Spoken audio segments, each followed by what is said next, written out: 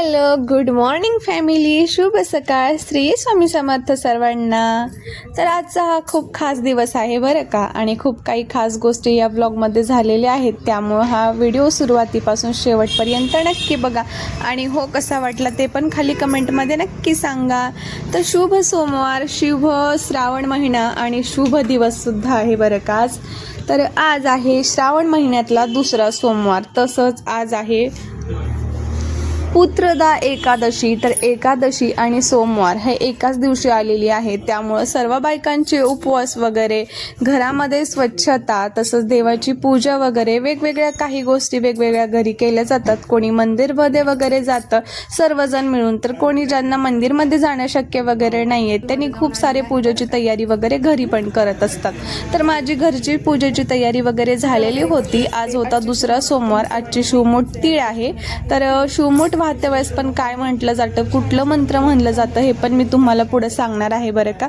तर घरची सर्व पूजेची तयारी करून माझं झालेलं होतं, आणि राज स्कूलमधून आल्यानंतर मला मंदिरला जायचं होतं, त्यामुळं राज स्कूलमधून आला आणि त्यानंतर मी मंदिरला निघाली। तोपर्यंत मी घरची पूजा वगैरे, थोडासा स्वयंपाक आणि शाबू खिचडी हे सर्व काही जे किचनमध्ये करायचं होतं ते पूर्ण किचनमधलं काम मी आवरून घेतलं, आणि त्यानंतर मग मी मंदिरला निघाली। चला मग आता मंदिरचा हा व्हिडिओ पूर्णपणे व्यवस्थित बघून घ्या। तर श्रावण महिन्याच्या पहिल्या सोमवारी मला काही शक्य झालंच नाही व्लॉग वगैरे शूट करणं, त्यामुळे मी खूप घाईमध्ये मंदिरला जाऊन आले होते बरं का। पण एक दोन ताईंची कमेंट होती की ताई तुम्ही श्रावण महिन्यातला सोमवारचा व्लॉग टाका ना, पूजा वगैरे टाका ना, तरी म्हटलं आज घाईमध्ये हा आपण व्लॉग शूट करून टाकूयात, कारण राजचे पप्पा पण घरी आलेले होते आणि ते पण बोलले चल तुला मंदिरला जायचं असेल तर जाऊन येऊयात। मग काही घाईमध्ये मी पण आवरली, आणि राज तर अगोदरच रेडी झालेला होता, मग योगायोग पण होता आणि वेळ पण होता, त्याच्यामुळे वेळ कशाला घालवायचा म्हणून मंदिरला जायचं ताट वगैरे खूप घाईमध्ये मी आवरून घेतलं आणि निघाली। आणि अशा मंदिरमध्ये गेलो ताज एकादशी वगैरे आहे ना, त्याच्यामुळे म्हटलं विठ्ठल रुक्माईचं पण दर्शन घेऊयात, त्यांच्यासाठी पण शाबू खिचडी वगैरे नैवेद्य मी केलेलं होतं ते पण घेऊन जाऊयात। आणि श्रावण सोमवार म्हणजे सोमवारी शंभूची वगैरे पूजा केली जाते हे तुम्हाला माहिती आहे, तर शंभूची पण पूजा करूयात। त्यासाठी मला जे काही लागणार होतं ना, दही दूध म्हणजे बेलफूल वगैरे सगळ्या गोष्टी मी घेतलं ताटामध्ये आणि मग निघाली मंदिरला। चला मग आता अगोदर आपण इथे विठ्ठल रुक्माईची पूजा करून घेऊयात। राज पण बघा किती आतुरता असतो ना मंदिरमध्ये येण्यासाठी, मंदिरमधले देव बघण्यासाठी आणि पूजा वगैरे पाहण्यासाठी।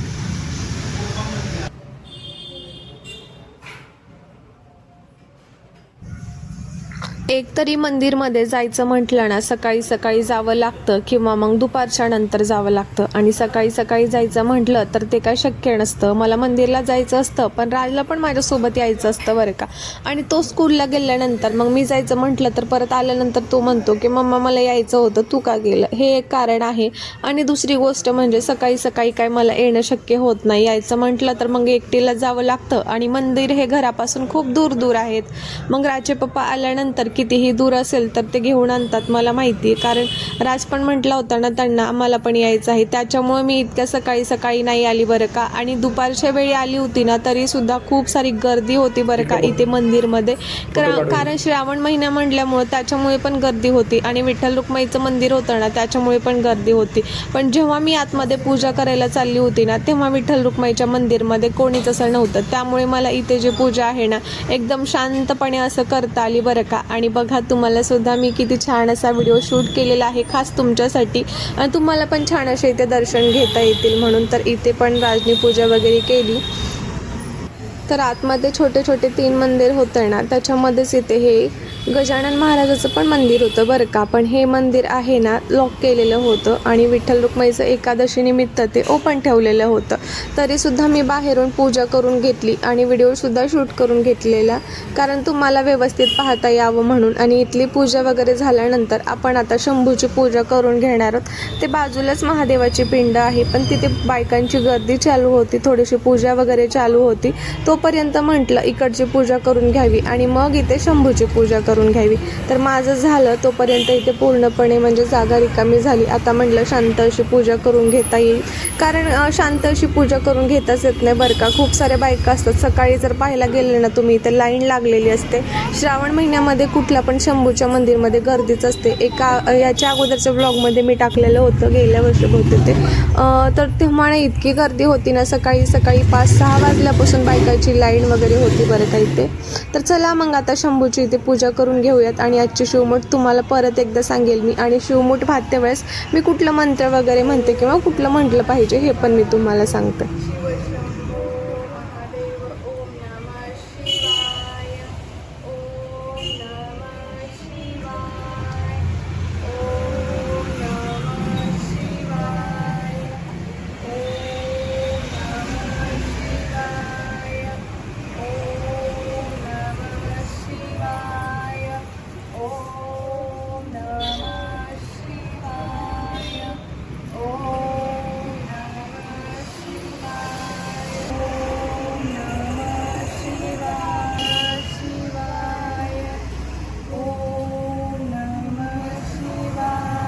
प्रत्येक मंदिरमध्ये ना एक पुजारी असतात आणि सांगितलेली त्यांची अट आपण ऐकलीच पाहिजे. तर त्यांनी म्हटलं होतं की पूर्णपणे पूजा हटवू नका, पण तुम्हाला जशी पूजा करायची शंभूच्या पिंडीवरती पूजा करू शकता, पण जे कुणी अगोदर पूजा केली आहे ना ते पूर्णपणे हटवू नका असं त्यांनी सांगितलं होतं. त्यामुळे जे काही मी पूजा केलेली होती ना ते काढली नाही आहे बरं का. तर दूध दही वगैरे जे काही मी पंचामृत आणलेलं होतं त्याच्याने छान असा शंभूचा अभिषेक करून घेतला आणि पाणी वगैरे सगळं काही आणलं होतं ना, जसं मला पूजा करायचं होतं ते करून घेतलं. फक्त त्यांनी सांगितलं होतं की त्याच्यावरती पूजा हटवू नका. तर आहे तसंच मी इथे पूजा करायला घेतलं बरं का.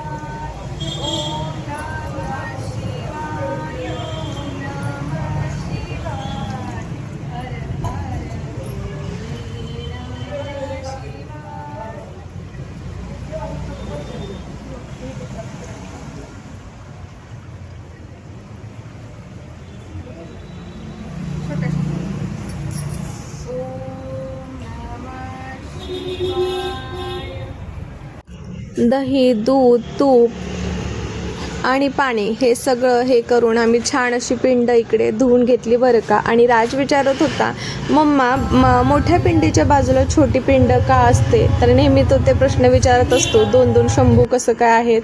तर त्याला ते मी सांगितलं बरं का.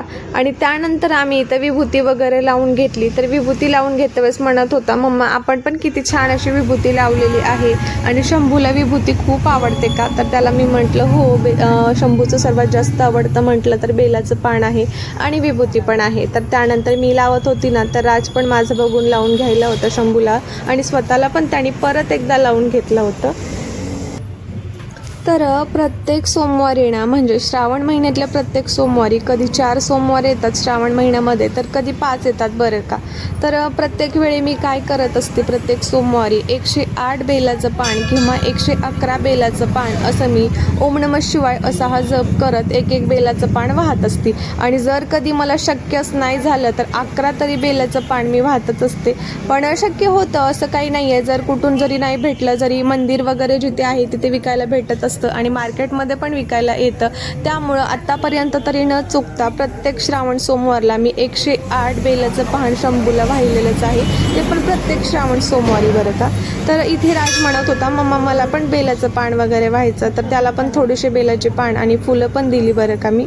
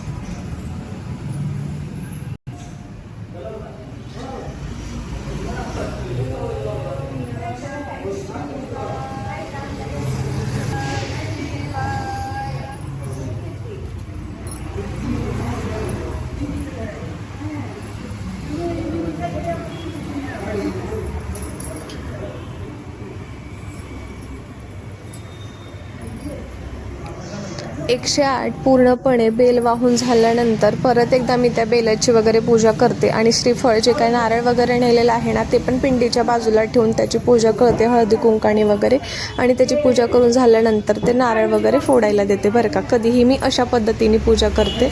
तर आता इथे आपण शिवमूठ वाहणार आहोत, म्हणजेच आजची शिवमूठ आहे तीळ. शिवा शिवा महादेवा, माझी शिवमुठ ईश्वरा देवा, मनातल्या इच्छा पूर्ण कर देवा, शिव शंभो महादेवा, ओम नमः शिवाय. मी कधीही शिवमूठ वाहते वेळेस हेच मंत्र म्हणत असते. मग ज्याची शिवमूठ आहे ते शिवमूठ हातामध्ये घ्यायची. जसं की प्रत्येक वेळेस मूग, तीळ, जवस वगैरे असं प्रत्येक सोमवारी वेगवेगळी शिवमूठ असते बरं का. तर मी शिवमूठ वाहते वेळेस हे मंत्र म्हणते. तुम्ही कोणता म्हणता मला कमेंटमध्ये नक्की सांगा.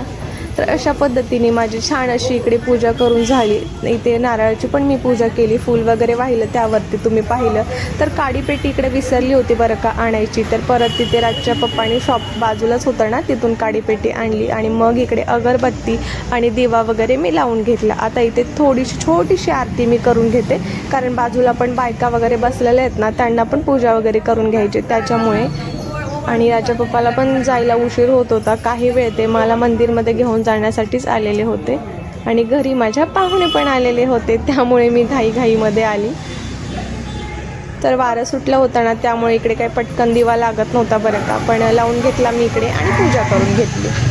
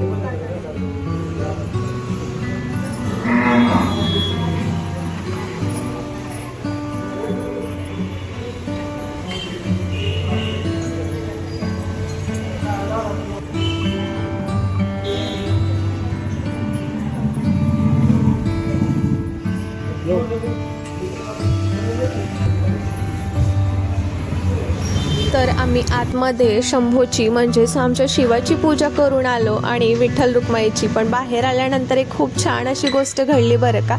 तर इथे राज इथे कासवाची पूजा करत होता आणि मम्मा मी इथे शंभो करतो, जय बाप्पा करतो असं तो म्हटला. मग म्हटलं ठीक आहे. माझं पूजा वगैरे करून झाली होती, मी ताट बाजूला ठेवून इकडे अशीच बसलेली होती.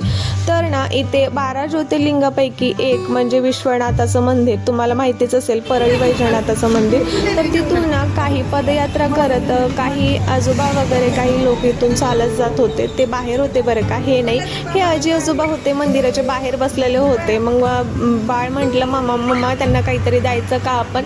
तर माझ्याकडे 10 रुपीज दे ना. तर माझ्याकडे 10 रुपीज होते बरं का, म्हणजेच राजा पप्पाकडे होते, मी काय माझी पर्स वगैरे घेऊन नाही आली होती. तर त्यांनी त्या आजीला इकडे 10 रुपीज दिला आणि मम्मा मी त्यांची जय बाप्पा करतो, म्हणजेच मी त्यांना जय करतो असं म्हटलं. तर त्या आजी बोलल्या बाळा मला कशाला देतोय.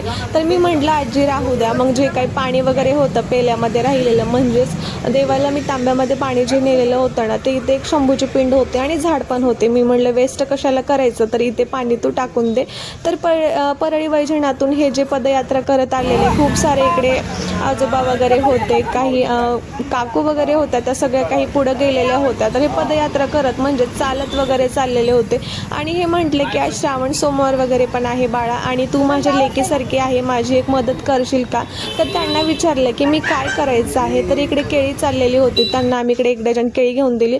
परत ते म्हटले की 1 किलो तेल आणि 1 किलो शेंगदाणे आणि शाबू वगैरे असं काही तर मला घेऊन दे, कारण आज आहे एकादशी, आम्हा सर्वांचा उपवास वगैरे आहे. तर पुढं जाऊन आम्ही कुठेतरी थांबतो आणि जे काही सर्वांना दिलेलं आहे ना ते आम्ही तिथे आमच्यासाठी अन्न वगैरे बनवत असतो. तर आज जेवण वगैरे काही करायचं नाही आहे, तरी हात वरती करून ते आशीर्वाद देत होते आणि खूप सारं सुखी राहा तुम्ही असं सांगत होते. तर आम्ही साईडला इकडे थांबलो होतो, बाजूलाच किराणा शॉप होतं, त्यामुळे राजच्या पप्पाने इकडे त्यांच्यासाठी 1 किलो शेंगदाणे, तेलाचं पॉकेट वगैरे आणि शाबू हे सगळं काही त्यांना किराणा शॉपमधून घेऊन दिलं आणि ते खूप आनंदी झाले बरं का. तर इतकाच ब्लॉग मी शूट केलेला होता आणि खूप सारे ते आशीर्वाद मला, माझ्या राजला आणि माझ्या ऑल फॅमिलीला देत होते. तर खूप सारा आनंद भेटला. पुन्हा नवीन व्हिडिओमध्ये भेटूयात. बाय.